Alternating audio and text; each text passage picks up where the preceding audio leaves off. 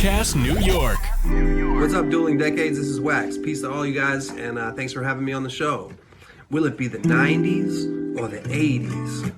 Beanie Babies or Crack Babies? Will it be Nirvana or Madonna? Maybe Britney, maybe Whitney. Do you like new metal or new wave? Dave Grohl or Super Dave? I don't know. But now the battle begins. Dueling Decades. Let's see who wins. Dueling Decades. All right, guys. Well, I'm so excited I won that round. I pick up a point. I take control of the board. You know what? This might be the first thing Breakin' ever won. So, since we're talking about movies, let's go to the news round. So for my news, we're going to go to an article that was in newspapers across the country the first week of May 1984. It was announcing a special preview of an upcoming film. The headline read, Indiana Jones Helping Kids. Movie producer George Lucas and director Steven Spielberg are previewing Indiana Jones and the Temple of Doom, the Raiders of the Lost Ark sequel, in 19 cities on the eve of its May 23rd opening. The screenings will benefit a variety of causes involving children's diseases and charities.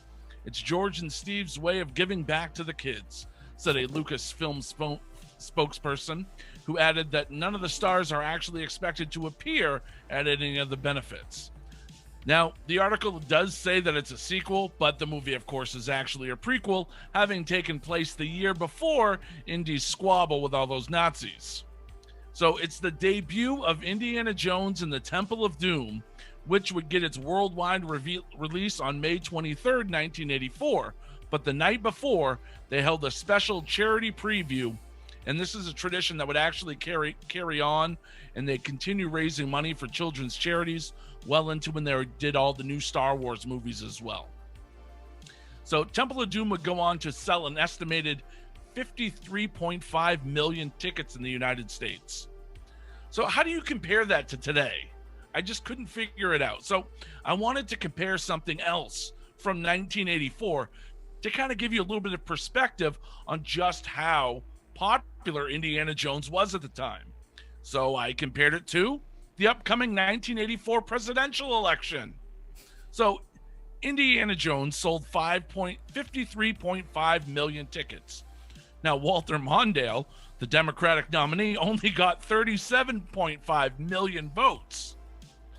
Now, of course, Ronald Reagan won this election, and the most lopsided election we've ever had, with 54.5 million votes.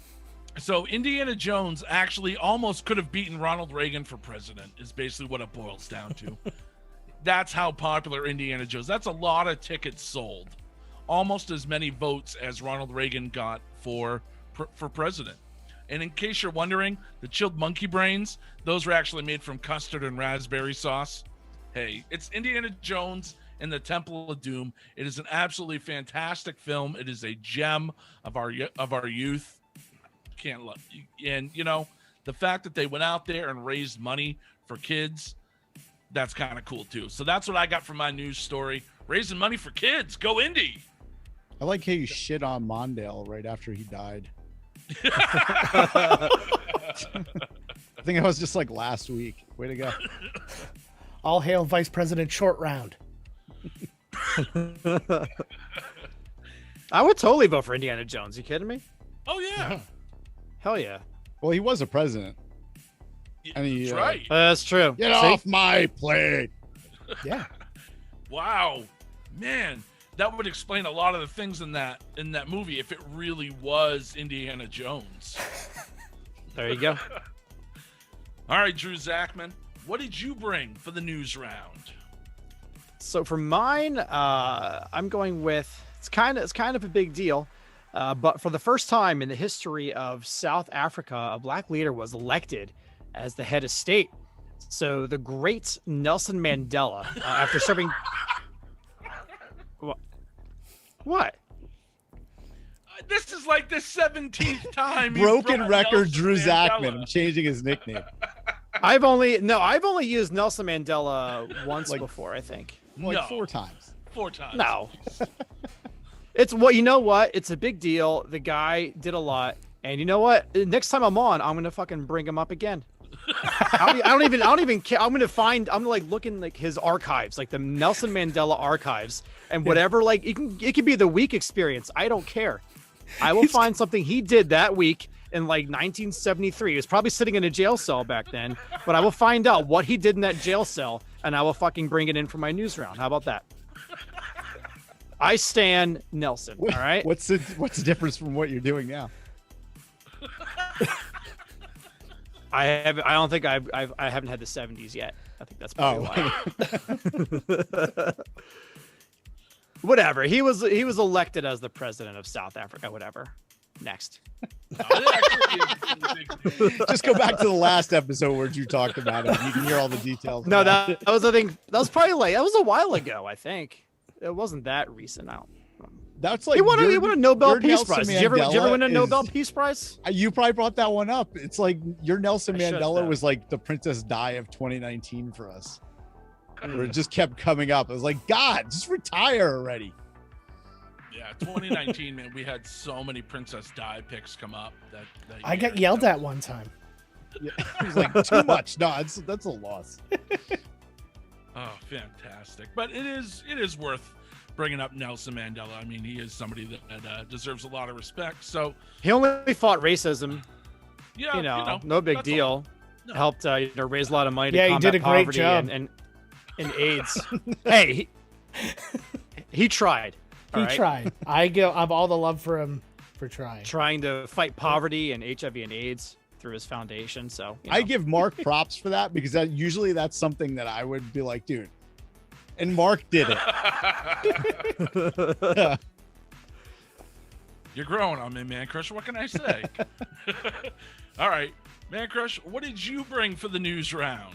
All right, well, I am going to the 70s. So let's go May 2nd, 1974. And what did Nelson do in his jail cell that day? I don't know. I didn't look that one up. But however, in May 1974, it's plagued with countless articles about Watergate and Richard Nixon.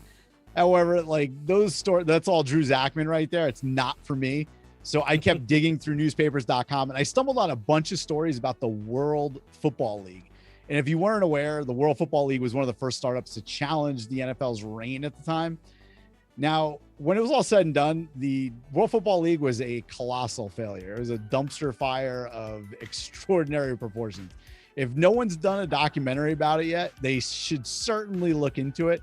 But I'm not going to dive too deep into the World Football League. But I will say that it was so bad that teams moved their franchises to new cities during the season. Like not just one, like multiple teams did that.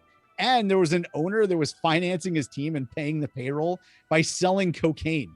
And he got arrested afterwards and all the shit.